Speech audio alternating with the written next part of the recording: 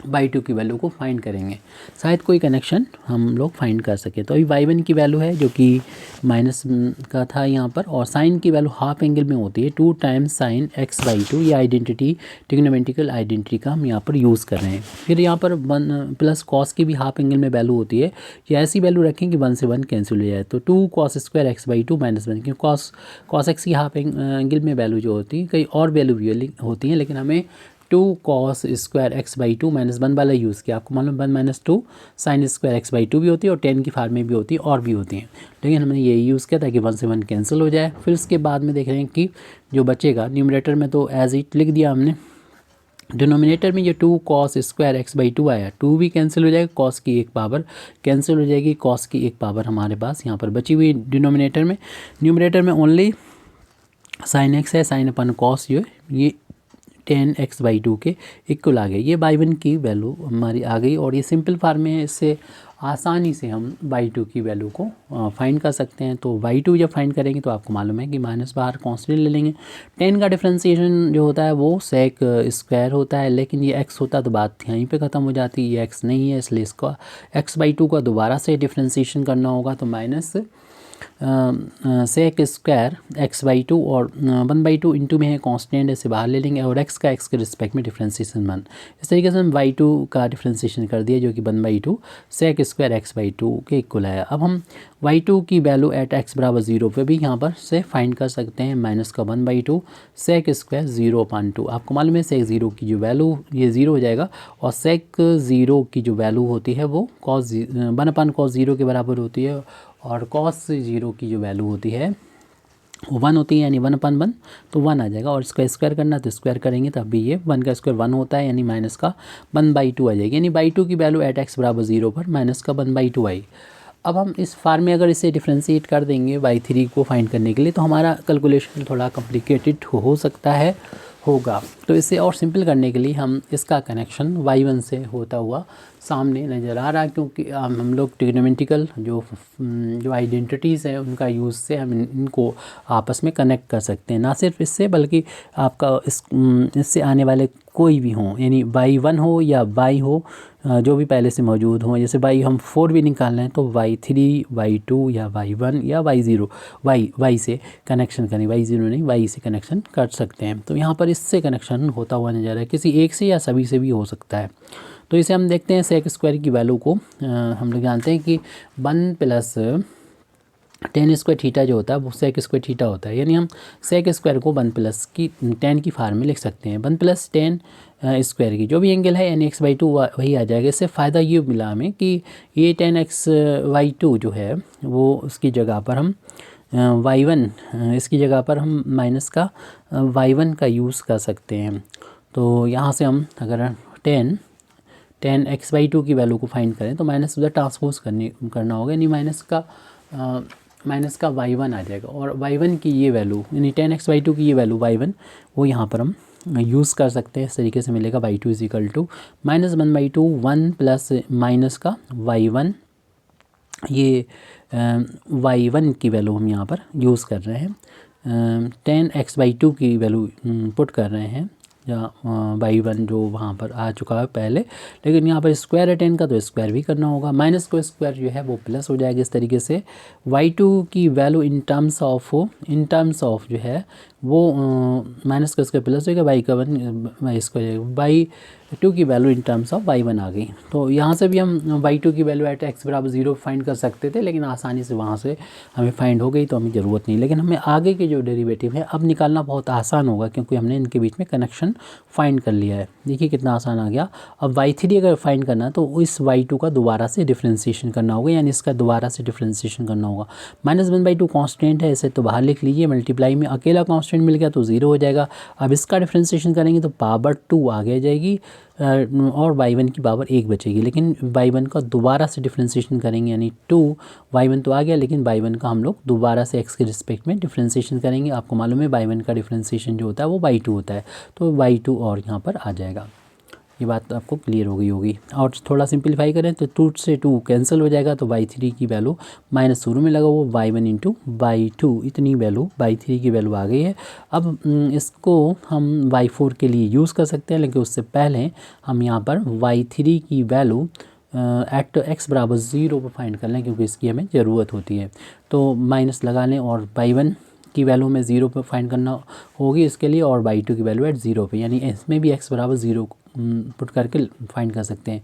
y1 की value 0 पर हम पहले ही फाइंड कर चुके हैं, जो कि देखें 0 के बराबर थी, तो हम यहाँ पर इसको 0 के बराबर देंगे। अब तो ये पूरा 0 ही हो जाएगा, तो हम बेकार ही हम y2 को देखें। हालांकि y2 की वैल्यू हम लोगों ने यहाँ पर फाइंड करके रखी हुई है। y2 की value at x equal to 0 पर माइनस का 1/2 है। हालांकि ये वैल्यू जो है वो माइनस माइनस प्लस 0 के इक्वल हो जाएगी, यानी y3 की वैल्यू भी हमें 0 के बराबर मिल रही है। अब y3 की वैल्यू हमने जब फाइंड कर ली है, तो अब हमें ज़रूरत पड़ेगी y4 की वैल्यू को फाइंड करने की। तो y4 की वैल्यू के लिए y4 का मतलब है कि y जो हमने 3 फाइंड किया है उसको दोबारा से x के रिस्पेक्ट में डिफ्रेंशिएशन कर लें। उसकी वैल्यू तो ये सामने लिखी हुई है, इसको डिफ्रेंशिएट करना होगा।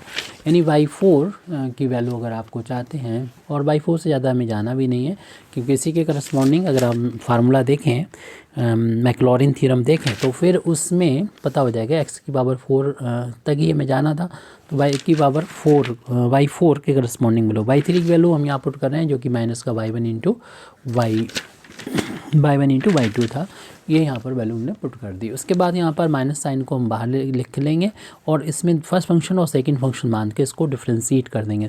तो फर्स्ट फंक्शन यहाँ पर वैसा ही सेकंड फंक्शन का डिफ्रेंशिएशन, यानी y2 का डिफ्रेंशिएशन, और y2 का डिफ्रेंशिएशन y3 होगा, प्लस सेकंड फंक्शन y2 वैसा ही, और फर्स्ट फंक्शन जो y1 है उसका डिफ्रेंशिएशन आपको मालूम ही है कि y1 का डिफ्रेंशिएशन जो होता है वो y2 के बराबर होता है। तो यहाँ पर y2 लिख दिया, लेकिन ये दोनों एक जैसे हो गए, मल्टीप्लाई है, तो होल ऑफ स्क्वायर करके भी लिख सकते हैं, y1 इंटू y3 प्लस का y2 का होल ऑफ स्क्वायर। तो y4 आसानी से हम लोगों ने यहाँ पर फाइंड कर लिया है। अब y4 की वैल्यू हमें 0 पे भी चाहिए, और ये लास्ट है, इसके बाद हमें करना नहीं है क्योंकि इतना ही मांगा गया हमसे। तो फिर हमें y1 की वैल्यू भी 0 पे लिखना चाहिए, फिर y3 की वैल्यू एट 0 पे लिखना चाहिए, प्लस y2 की वैल्यू 0 पे, लेकिन इस y2 का क्या है, स्क्वायर है। अब हम पीछे से वैल्यू इन सभी की देख के लिख देंगे। y1 की वैल्यू तो आई थी 0 के बराबर, और y3 की वैल्यू अब कुछ भी होती रहे, कोई फ़र्क नहीं पड़ना है, y3 की वैल्यू भी 0 की इक्वल आई थी, प्लस y2 की वैल्यू जो है वो आई थी, पीछे हम देख ले रहे हैं, आप भी देख लीजिएगा, माइनस का 1/2 है, माइनस का 1/2 है, लेकिन इसका स्क्वायर करना है तो स्क्वायर कर दिया, और ये माइनस का स्क्वायर प्लस होता है, 1 का स्क्वायर 1 होता है, 2 का स्क्वायर 4, ये ऑलरेडी माइनस था इसलिए ये माइनस आ गया, ये y4 की वैल्यू 0 पर आ गई है। इसी तरीके से हम और भी फाइंड कर सकते हैं, लेकिन आपको मालूम है जो हमसे पूछा गया है x की पावर 4 तक ही इन्होंने एक्सपेंसन हमसे कहा गया था कि x की पावर 4 पावर तक ही हमें एक्सपेंसन प्रोवाइड कर दीजिए। तो अब हम यूज़ करते हैं बाई मैक्लॉरिन्स